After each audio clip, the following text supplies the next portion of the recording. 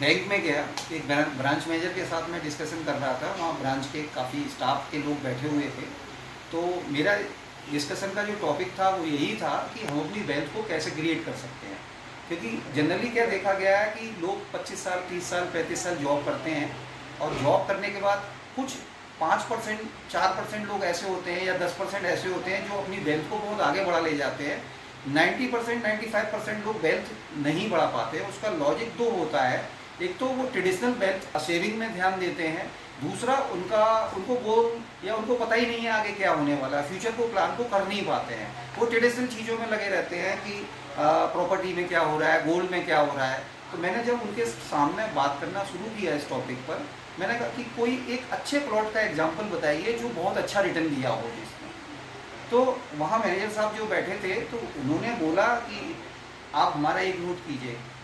मैंने कहा बताइए। कि 2004 में 9 लाख रुपए का प्लॉट लिया था मैंने, और अभी जो है 2 साल पहले मैंने वो 1 करोड़ 83 लाख का बिका है। तो वहाँ जो स्टाफ थे वो सब लोग हंसने लगे। वो सोचे, उनको ऐसा लगा जैसे कि मैं अपने जो चीज़ बताना चाह रहा हूँ वो शायद मेरी मैच नहीं कर रही है। मेरे को एक बार को तो मेरे को भी लगा, लेकिन ये जनरल टेंडेंसी है हर व्यक्ति की। आप भी कोई चीज़ देखेंगे कि इतने का प्लॉट लिया, इतने का हो गया। वो बेसिकली बहुत लंबे टाइम में कंपाउंडिंग के कारण वो वैल्यू बहुत बड़ी दिखती है, लेकिन हम लोग ये नहीं जानते एक्चुअल में कितनी है। तो आज मैं आपको एक तरीका बता रहा हूँ जिसमें हम एक्चुअल में कैलकुलेट कर सकते हैं कि हमारे लिए बेस्ट इन्वेस्टमेंट टूल क्या है। क्योंकि मैंने देखा है बहुत सारे लोग क्या करते हैं, जरा सा भी पैसा इकट्ठा हुआ वो प्रॉपर्टी में इन्वेस्टमेंट करना चालू कर देते हैं, इसको बिना जाने कि ये अच्छा है भी है नहीं। तो ये वाला एग्जाम्पल जो मुझे लगा वास्तव में बहुत अच्छा लगा। एक पेपर और पेन पर मैं इसको यूज कर सकता हूँ, इसको दिखाना चाहता हूँ। जो उन्होंने वैल्यू बोली थी वो ये बोली थी कि 9 लाख रुपए 2004 की वैल्यू, और 2023 में ये हो गई 1 करोड़ 83 लाख। ये प्लॉट भी बता दें, खैर बाईपास पे था, मेन रोड पे कॉमर्शियल प्लॉट था, इसलिए अच्छा रिटर्न दिया।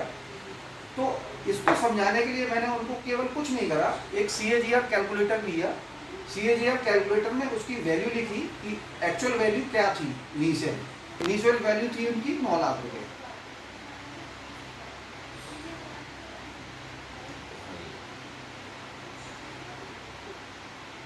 और जो प्रेजेंट वैल्यू थी 1 करोड़ 83 लाख।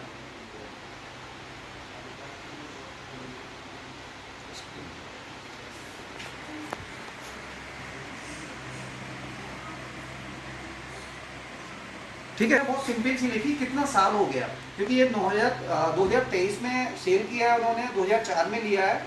तो ये हमारे हो गए 6 और 13 19 साल हो गए। तो अब हमको केवल सिंपल सा ये देखना है कि 19 साल में हमारी क्या वेल्थ क्रिएट होती है, मतलब कितना % कंपाउंडिंग आता है, कि हमारे फंड्स क्या परफॉर्म कर रहे हैं। तो हमने उनको दिखाया कि एक थोड़ा सेफ और चारों एसेट्स क्लास में लेने वाला फंड है हमारा मल्टी एसेट्स फंड।